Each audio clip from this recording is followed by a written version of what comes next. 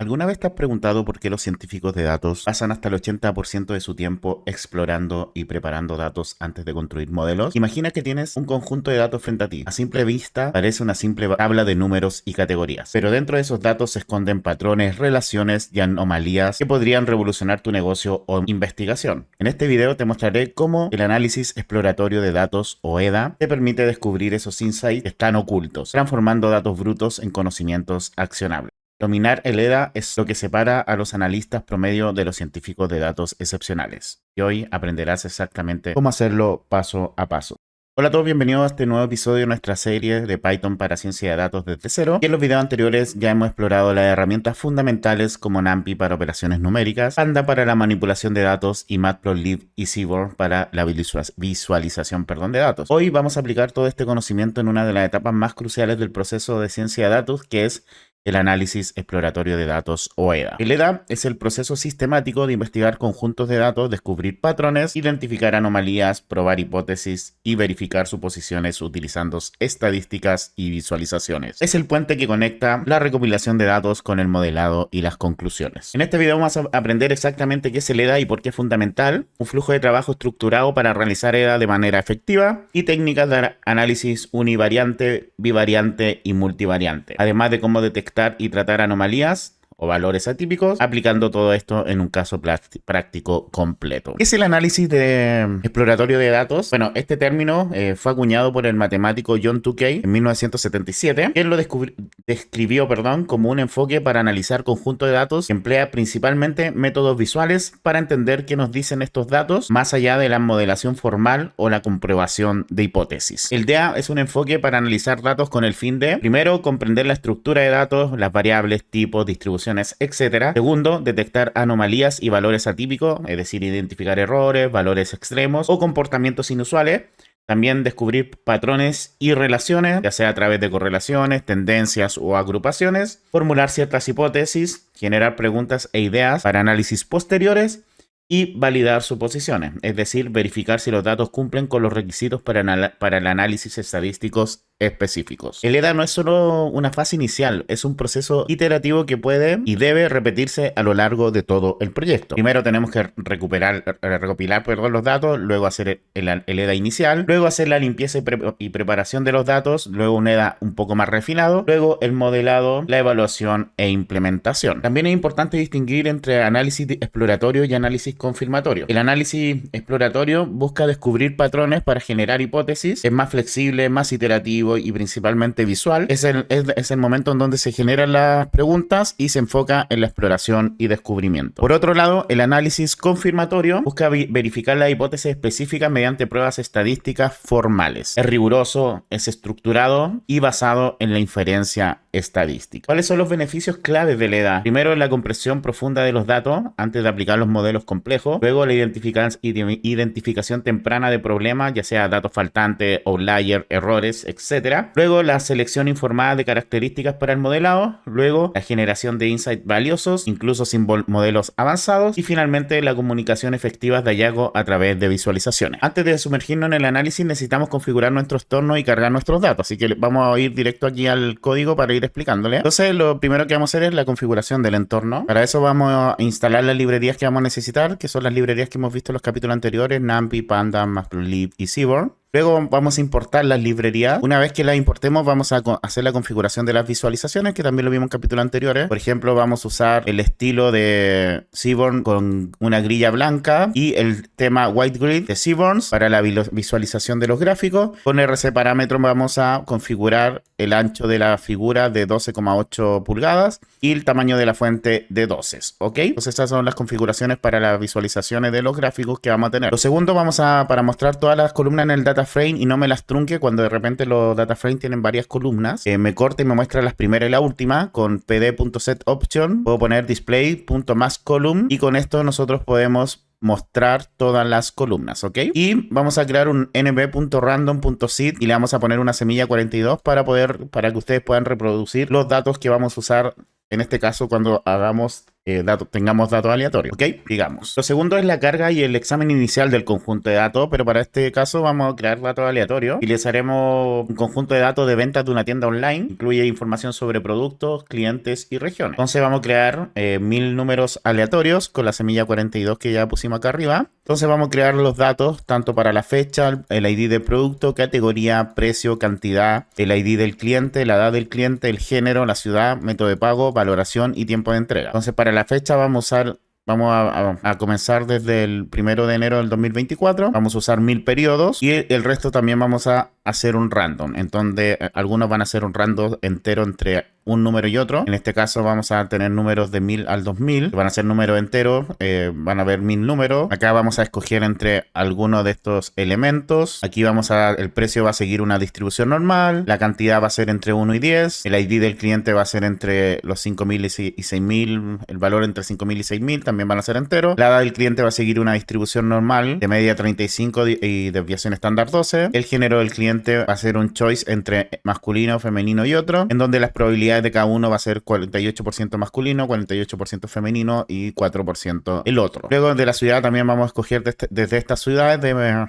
España, y también vamos a escoger de los métodos de pago que hay acá, ¿ok? La valoración va a ir de 1 a 6 y el tiempo de entrega va a seguir una distribución normal de media 5 y desviación estándar 2, ¿ok? Esos son los datos que vamos a crear. Entonces lo que vamos a hacer acá también, vamos a añadir algunos valores nulos para simular datos reales. Entonces, tanto para la edad del cliente, para la valoración y el tiempo de entrega, vamos a crear un 5% de valores nulos, en donde vamos a crear una variable más que va a ser un random, en donde vamos a crear una variable más que va a ser un arreglo de n elementos. Recordar que n son 1000. Entonces aquí estamos creando un arreglo de n elementos de valores aleatorios entre 0 y 1, y lo vamos a comparar con 0,05, es decir, 5%. Entonces este arreglo más va a ser un arreglo de true y false del mismo tamaño, de 1000, en donde los true van a ser los valores que van a tener índice valor nulo, ¿ok? Entonces aquí en data call, donde vamos a tomar todas las columnas. Recordar que nosotros tenemos acá nuestras columnas. Vamos iterando en cada una de estas columnas o cada uno de estos valores. Vamos a aplicarle de NumPy el where, en donde vamos a tomar la mask,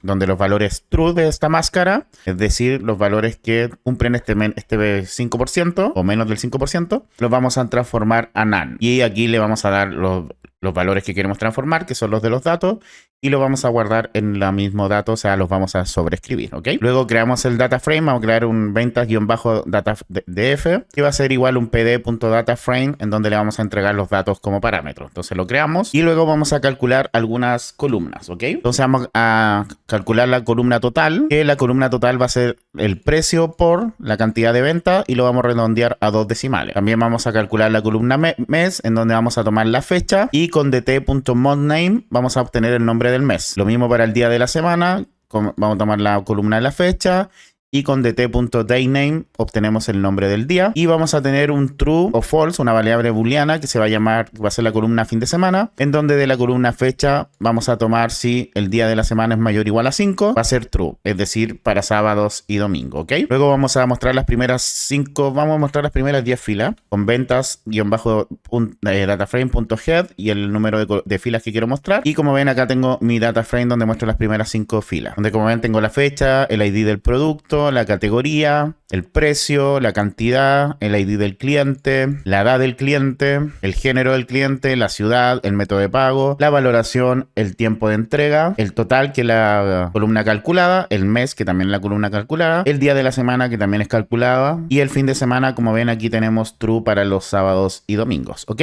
Y como ven, aquí se muestran todas las columnas gracias a la configuración inicial que les dije anteriormente. Si no hubiese puesto esa configuración inicial, lo más probable es que eso ajustaba el ancho de la pantalla y me hubiese cortado como por acá y no se hubiese mostrado todas las del medio, hubiese mostrado las primeras columnas y las últimas, ¿ok? Ok, entonces lo que vamos a hacer ahora es el examen inicial de los datos, que es básicamente entender la estructura básica de nuestros datos. Entonces lo primero que vamos a hacer es la información sobre el data frame, en donde vamos a poner el nombre del data frame.info, y con esto vamos a tener la información. Entonces aquí tenemos, por ejemplo, que tenemos 100 entradas que van del 0 al 999, que tenemos 16 columnas, tenemos el número de columna y su respectivo nombre, y los valores que no son nulos. En este caso tenemos que la edad del cliente tiene valores nulos, al igual que la valoración y el tiempo de entrega. ¿Ok? Tenemos una variable que es de tipo booleano, otra variable que es de tipo fecha, 5 que son de tipo float, 3 que son de tipo entero y 6 que son de tipo objeto. O por ejemplo la categoría, que son string, pero son de tipo objeto. Perfecto. Luego vamos a mostrar las variables descriptivas básicas con el nombre del data frame.descript. Lo vemos acá. Y aquí podemos ver que para cada columna tenemos... Para cada columna numérica tenemos tanto la cuenta, la media, el mínimo, los valores al 25%, al 50%, al 75%, el máximo y la desviación estándar, ¿ok? Luego para verificar los valores nulos ponemos ventasdf.isNull.sum y me va a decir cuántos valores nulos tengo por columna. Por ejemplo, acá tengo la edad del cliente, la valoración y el tiempo de entrega con valores nulos. Y ya vimos en capítulos anteriores de cómo tratar estos valores nulos. Y entonces usted aquí, una vez que hagamos el análisis exploratorio, tienen que decidir qué estrategia van a usar para transformar estos valores nulos en valores o en filas que se puedan usar, ¿ok? Ya sea a través de la media, interpolación, etcétera. Entonces este examen inicial nos da una visión general sobre las dimensiones del dataset, ya sea de las filas, las columnas, los tipos de datos de cada columna, estadísticas básicas de las variables numéricas, presencia de valores nulos, etc. Y ahora que ya tenemos una comprensión un poquito más básica de nuestros datos, ya podemos proceder a un análisis un poquito más detallado. Por ejemplo, vamos a hacer un análisis univariante, que lo que hace es examinar cada variable por separado. Es el primer paso para entender la distribución y características de cada atributo de nuestro conjunto de datos, ¿ok? Entonces lo primero que vamos a hacer es seleccionar las columnas numéricas. Vamos a crear una variable que se va a llamar numeric calls, en donde de nuestro data frame vamos a seleccionar las columnas que tengan el tipo int64 y float64 y vamos a transformar esas columnas a listas, ¿ok? Y por cada una de esas columnas, luego vamos a iterar en cada una de esas columnas y vamos a devolver las que no sean el producto ID o el cliente ID. Tenemos que excluir los ID. ¿Por qué? Porque no necesitamos hacer análisis para los ID, porque se supone que son IDs únicos. Entonces no tiene sentido hacer un análisis para las variables que son ID. Entonces aquí lo que estamos haciendo es excluyendo esas columnas del análisis, ¿ok? Luego lo que vamos a hacer es crear un histograma para cada una de estas variables numéricas, como lo vimos en los capítulos anteriores. Vamos a crear una figura y vamos a iterar en cada una de las columnas con enumérate y vamos a crear un subplot. Entonces vamos a iterar en cada una de las columnas numéricas, Luego vamos a dividir nuestra figura en 2 filas y 3 columnas para los gráficos. Y vamos a colocar el gráfico en la posición Y. Esto nos va a permitir mostrar hasta 6 gráficos. Y si hay en este caso, más de 6 columnas, deberíamos modificar el layout. Pero como acá son 5 columnas, si no me equivoco, que son numéricas, debería verse bien. ¿Ok? Luego vamos a ir el gráfico del histograma con istplot. Vamos a ir con Seaborn, en donde le vamos a entregar la columna correspondiente y vamos a agregarle la curva de densidad suavizada encima del histograma para visualizar mejor la forma de la distribución de este, ¿ok? Luego le vamos a poner un título, distribución de, y le vamos a poner el nombre de la columna. Con esto evitamos que los gráficos, como los vimos en los capítulos anteriores, se encimen o que los títulos se corten, y con PLT Show lo mostramos. Entonces ejecutamos acá y como vemos acá nos hace los gráficos que se ven bastante lindos, ¿ok? Entonces tenemos la distribución de precio, entonces podemos ver más o menos cómo se distribuyen esto, la distribución de la edad del cliente también, la de valoración, la del tiempo de entrega y la de el total. O sea, aquí ya podemos sacar algunas conclusiones visuales también, como la concentración de los precios, como la concentración de edad. Por ejemplo, la valoración es mucho más pareja para los datos, también el tiempo de entrega, la concentración aquí, para el total se concentra más al principio, etcétera. ¿Ok? Luego lo que vamos a hacer es hacer un gráfico de cajas para detectar los outliers. También vamos a crear la figura, vamos a iterar en cada una de las variables numéricas. También vamos a hacer un subplot para las 5 variables, pero esta vez vamos a hacer un gráfico de cajas, ¿ok? En donde le vamos a entregar la columna para el eje Y. Vamos a poner el título y lo mismo que antes. Vamos a ejecutar esto y como ven aquí está mi gráfico y podemos detectar los outliers. Estoy diciendo súper mal. Los outliers. Uy, que me costó decirlo ya. Entonces, como por ejemplo acá podemos ver estos valores de aquí. Estos son los valores que se alejan un poco de la muestra, que podemos considerarlos como valores atípicos. Para no decir de nuevo outlier. Ay, no puedo. Ya, olvídalo. Outliers. Perfecto, sigamos entonces. Ahora lo que vamos a hacer son las estadísticas descriptivas detalladas para cada una de las columnas numéricas. Entonces vamos a crear una variable, vamos a iterar en cada una de las columnas numéricas. Vamos a crear una variable stats, donde por cada columna vamos a describir los percentiles del 1%, el 5, el 25, el 5, el 75, el 95, el 99. Y vamos a redondear en 2 decimales. Ejecutamos. Y como ven acá tenemos estadísticas descriptivas mucho más detalladas. Por ejemplo, para el precio tenemos que son 1000 valores, perdón. La media es casi 100, 99,98. La desviación estándar en 29,68. Y así sucesivamente podemos ver todos los otros valores. Lo mismo para la edad del cliente, también para la valoración y para el tiempo de entrega, ¿ok? Y bueno, para el total. Ahora también lo podemos hacer para las variables categóricas, en donde primero vamos a seleccionar las variables categóricas, perdón. Estoy hablando súper mal hoy, pero bueno. En donde con la misma forma vamos a crear una variable que se va a llamar cat-calls. Vamos a tomar el data frame de venta y los tipos de variable que vamos a incluir acá son las que sean objeto, porque generalmente son string, variables categóricas, o las que sean booleano porque son true o false, ¿ok? Y también esas las vamos a transformar a lista. Y vamos a excluir la fecha porque también no tiene mucho sentido hacer análisis de promedios de fecha, etcétera, ¿ok? Y lo que vamos a hacer acá primero es un gráfico de conteo para cada variable categórica. Entonces lo mismo, vamos a crear la figura.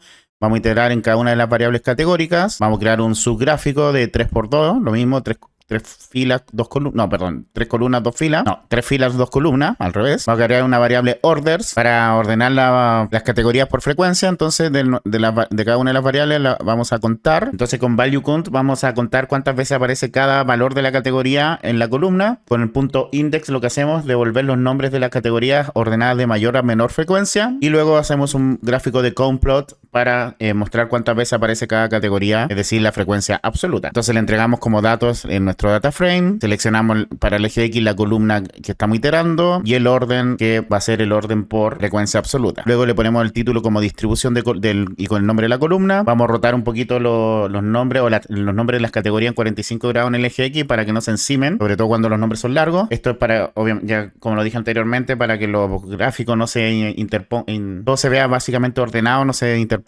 o extrapolen unos gráficos encima de otros, y ejecutamos esto de acá, ¿ok? Aquí tenemos un problema porque tenemos más variables que el número de gráficos, entonces vamos a poner 4 filas por 2, a ver si con eso lo solucionamos. Uy, puse 444. 4 filas por 2 columnas y esta vez a ver si lo solucionamos así. Ahí sí. Entonces, como ven, tenemos la categoría, primero la categoría del producto, que es categoría, electrónica, hogar, deporte, y tenemos la cuenta de cada uno.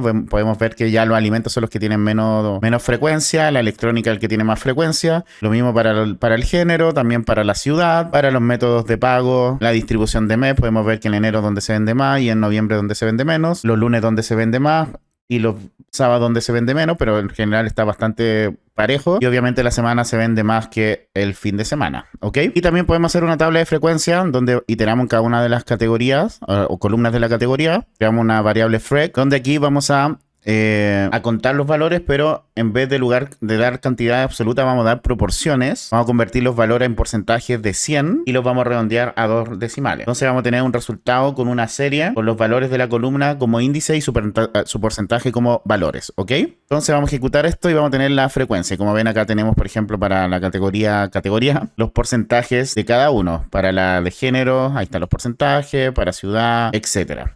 Bueno, si les aparece aquí truncado, simplemente seleccionan acá Scrollable Element y pueden ir bajando para mirar las otras categorías, ¿ok? Perfecto, sigamos entonces. Por ejemplo, otro análisis que podemos hacer acá es un análisis de tendencias temporales, donde vamos a crear un gráfico, vamos a tomar las ventas por día, entonces vamos a agrupar por fecha, vamos a agrupar la variable total por fecha, donde vamos a agrupar por la suma del total por cada una de las fechas. Vamos a resetear el índice para que vuelva a cero en este nuevo data frame que estamos creando. Entonces vamos a graficar las ventas por día, donde vamos a tomar la columna fecha, y las ventas por días que vamos a tomar el total. Ponemos los títulos para tanto el total, el eje X y el eje Y, que muestra una grilla y mostramos el gráfico. Entonces ejecutamos acá y como ven aquí tenemos más o menos un análisis de tendencias temporales donde podemos ver si es que hay alguna tendencia. Aquí se ve bastante plano, no podemos decir que hay alguna tendencia a la alza o a la baja, ¿ok? Lo mismo podemos hacer las ventas por mes, podemos agrupar por mes, por el total y la suma, y aquí vamos a reindexar para que los índices no sean valores numéricos, sino que sean los nombres de los meses. Vamos a crear un gráfico de barra donde le vamos a entregar las ventas por mes. Entonces en el eje X vamos a tener las ventas por mes, en el eje Y vamos a tener el index para que me lo ordene por meses, es decir, de enero a diciembre, y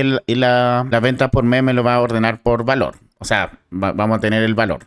no me la va a ordenar, sino que vamos a tener el valor de la venta por cada uno de los meses. Luego los títulos y tenemos nuestro gráfico aquí por mes, donde podemos ya ver aquí sí que podemos decir que en enero se vende más, al igual que en julio, por ejemplo. ¿Ok? Y ya en noviembre es donde se venden menos. Lo mismo podemos hacer exactamente lo mismo, pero por los días de la semana. Simplemente seleccionamos el día de semana, lo indexamos por día, hacemos exactamente lo mismo. Y como ven, los lunes, los jueves y los sábados donde más se vende. Y los viernes donde menos se vende. Entonces ya de este análisis univariante ya podemos extraer insights como, por ejemplo, la distribución de precios, si es normal o está sesgada, si hay múltiples picos que sugieren diferentes categorías de productos, los patrones de cantidad, cuál es la cantidad típica por orden, si hay valores atípicos significativos, demografía de cliente, cómo se distribuye a través del género, por ejemplo, hay algún tipo de desequilibrio, etcétera, las preferencias de pago, qué métodos de pago son más populares, si hay algún tipo de estacionalidad, es decir, meses o días de la semana con ventas significativamente mayores, etcétera. ¿Ok? Entonces, lo que vamos a pasar ahora son el análisis bivariante, que son para examinar la relación entre dos variables, entre pares de variables. Primero, lo que vamos a hacer es la matriz de correlación, que también vamos a hacerlo con PLT Figure. A crear una variable core en donde vamos a tomar nuestras variables, vamos a tomar las variables numéricas y con punto core le vamos a calcular la correlación. Con esto solo mostramos la máscara inferior, es para que no se vea toda la matriz, sino que solo la máscara inferior, la mitad inferior, perdón. Y con CNS Headmap hacemos nuestro mapa de correlación donde le entregamos como variable la correlación.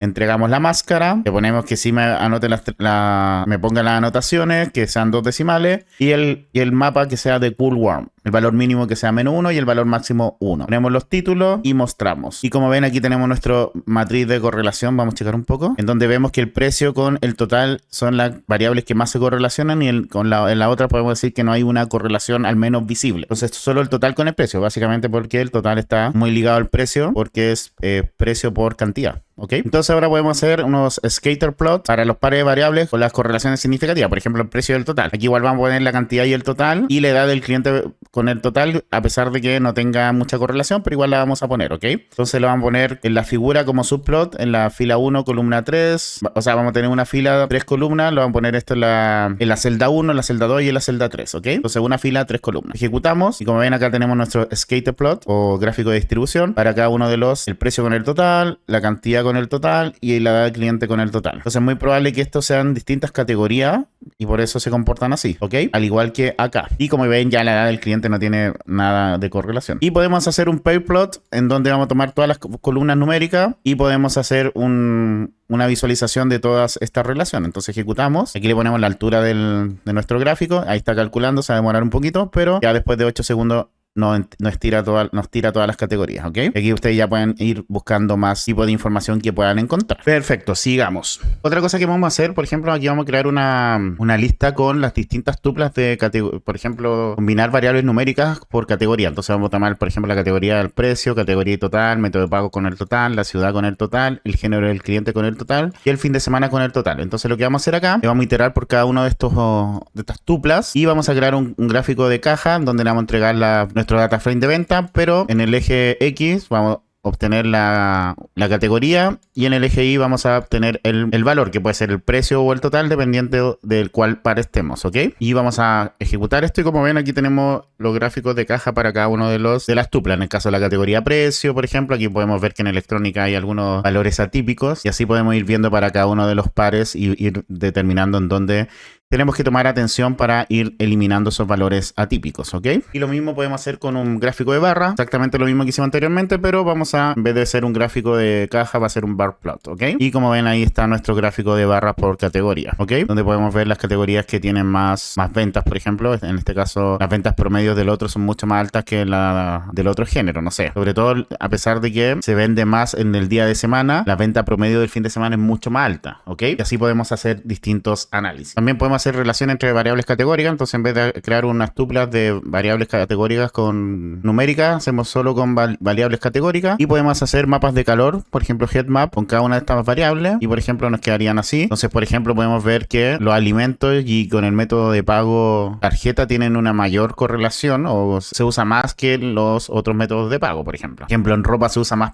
PayPal para pagar para ropa, ¿ok? Y así con los distintos tipos de categoría podemos ir haciendo estos análisis, ¿ok? Entonces del análisis bivariante que vimos, que básicamente lo que hace es comparar pares de variables, te compara dos variables a la vez. Podemos obtener, extraer insight, como por ejemplo las correlaciones entre precio y cantidad. Por ejemplo, los productos más caros se venden en menor cantidad, cosas por el estilo, patrones demográficos, por ejemplo, ciertos grupos de edad prefieren categorías específicas de productos, preferencias regionales, por ejemplo, hay diferencias significativas entre las ventas por ciudad, comportamientos de pago, los métodos de pago varían según la categoría de producto, etcétera, ¿ok?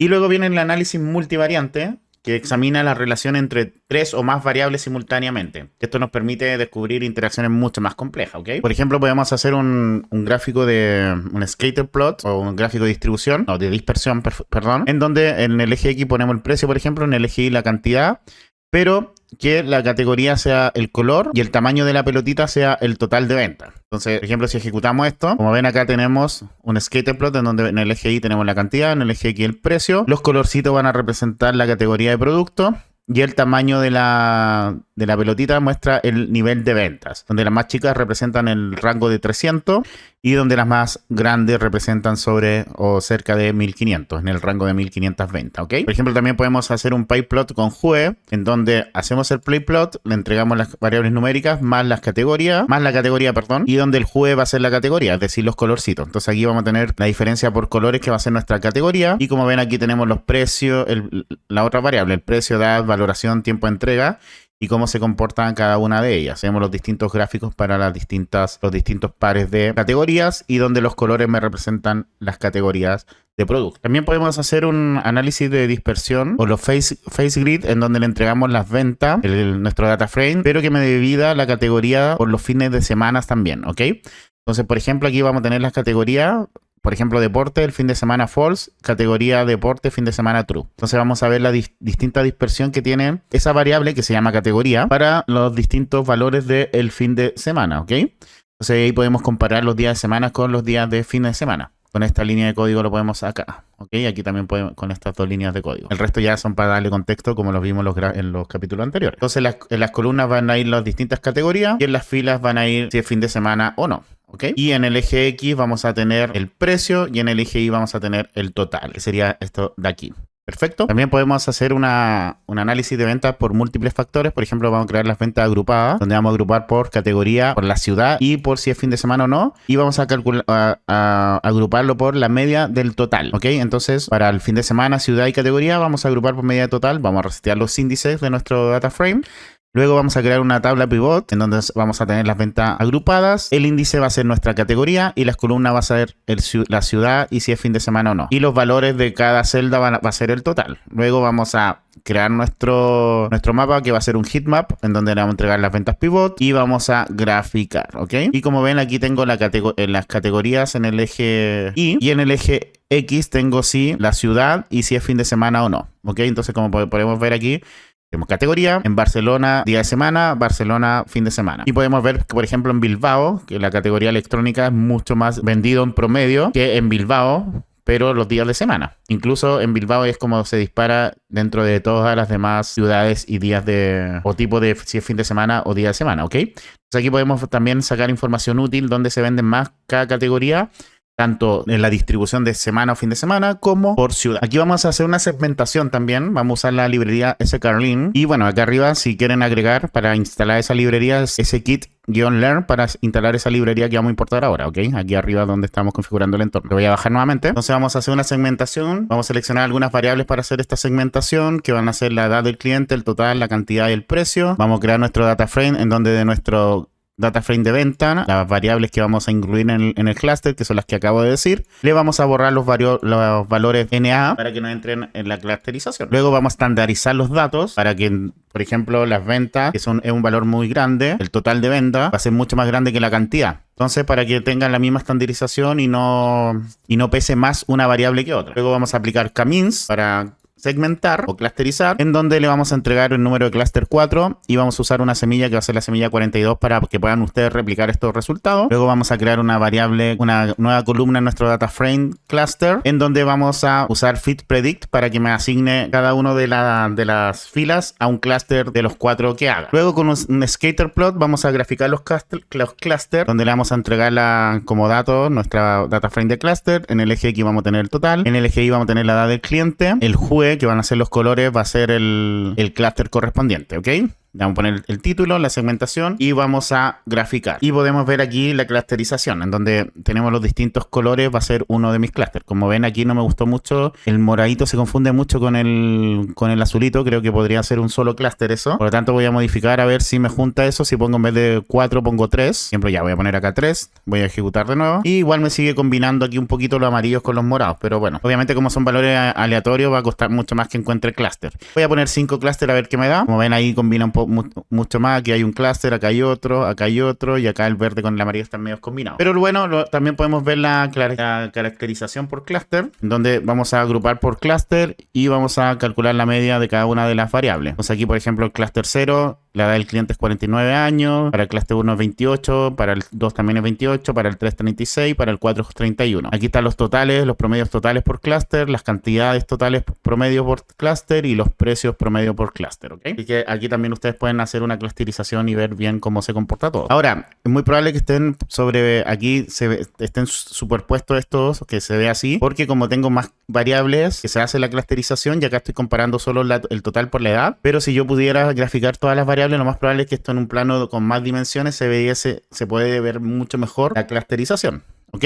Entonces, con respecto a los análisis multivariante, podemos extraer distintos insights. Por ejemplo, interacciones mucho más complejas, cómo interactúan múltiples variables para influir en las ventas. Segmento de cliente, podemos identificar distintos grupos de clientes con comportamientos más o menos similares, patrones específicos de contexto, ciertas relaciones que son válidas con ciertas condiciones específicas, por ejemplo, lo que veíamos de Bilbao el fin de semana, etcétera. Entonces, una vez que ya hemos visto el caso práctico completo, el paso 1 siempre es formular las preguntas de investigación. Antes de comenzar cualquier análisis es importante definir qué queremos descubrir para nuestro caso de venta. Por ejemplo, algunas preguntas relevantes podrían ser qué factor influye más en el valor total de las ventas, por lo tanto sé más o menos qué variables quiero mover o graficar para ver los patrones, si existen patrones temporales significativos en las ventas, si hay diferencia en el comportamiento de compra entre diferentes segmentos de cliente, qué categorías de productos son más populares y rentables, cómo se relaciona la satisfacción del cliente con otras variables, por ejemplo, etcétera. Y basándonos en nuestra experiencia en este caso práctico, podemos traer algunas mejores prácticas. Por ejemplo, comenzar con estas preguntas generales, explorar los datos para responder esas preguntas, refinar tus preguntas basándote en lo que descubras y profundizar en áreas de interés. Y nuevamente repetir el proceso. Ahora es importante un equilibrio entre la exploración y enfoque. La idea es que la exploración sea amplia. Al principio examina todas las variables y las relaciones potenciales que puedan haber entre ellas. Y luego un enfoque dirigido. A medida que vas avanzando, concéntrate en las áreas más prometedoras donde puedes encontrar más valor, sobre todo para los objetivos de tu empresa o de tu análisis. Y luego la validación cruzada es crucial. O sea, verifica tu hallazgo desde múltiples ángulos. También es importante la documentación del proceso. Registra todas las preguntas que formula, documenta los pasos de análisis que realiza, anota los insights que descubras y siempre mantener un registro de todas las decisiones que tomas. Por ejemplo,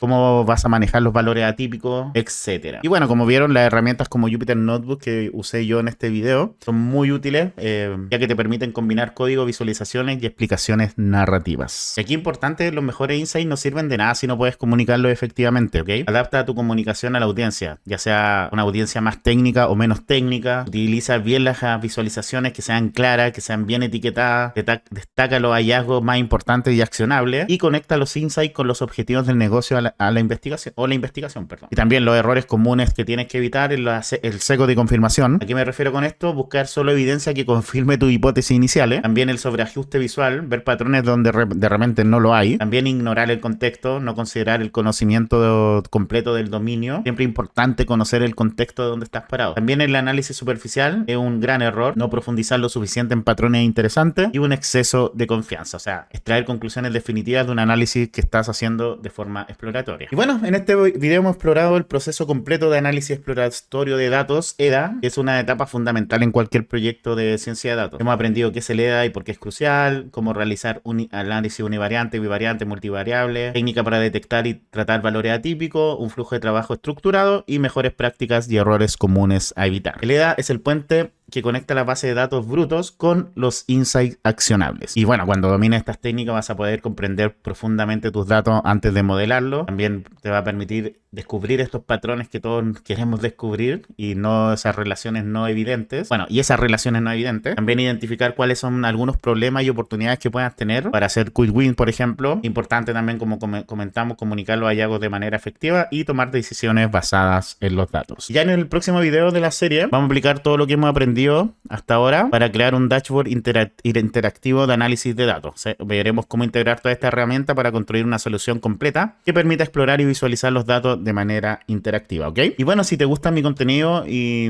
te gustaría apoyarme de alguna u otra forma, recuerda que tengo mi Patreon, en donde los miembros de pago, aparte de apoyarme, que eso se agradece un montonazo para poder seguir trayendo este contenido al canal, pueden acceder a todos los códigos de todos los videos que subo. Además, ahora estoy subiendo los videos de forma anticipada también a Patreon. Y además vas a tener un saludo como el que viene a continuación. Quiero aprovechar de saludar y agradecer a los miembros de pago de Patreon, que gracias a su aporte yo puedo seguir trayendo este contenido al canal. Y muchas gracias a José Jotze, a Diego, a Neivis, a Erix, a Daniel, J. Torres, Adrián, Valeria, Gustavo, Víctor, Álvaro, Alejandro, Hans, Diego, José, Oscar, José Luis, IDBS, Argenis, Eduardo, Bustaro, Isaac, Erasmo, Maswell, Luis, Roberto, Fred, Gustavo, Diego, Jorge, Oscar, José Ignacio, Juan Carlos, Rafael, Felipe, Oswald, Pablo, Axel, Nelson, Rolando, Francisco, Héctor, Halmar, Rafael, Octavio, José, Flavio, Enrique, Silvana, Oscar, Miguel, Daniel, Dancris, Quincito, Javier, Fabiola, Carlos, Yarif, Alonso, Jorge, Claudio, Dal, Leandro, Futura, Sergio, Carlos, Job, Cristian, Oscar, Jesús, Axstein, William y Maciel. Muchas gracias a todos ustedes. Quiero agradecer también a los miembros del canal de YouTube, que también gracias a su aporte yo puedo seguir trayendo este contenido.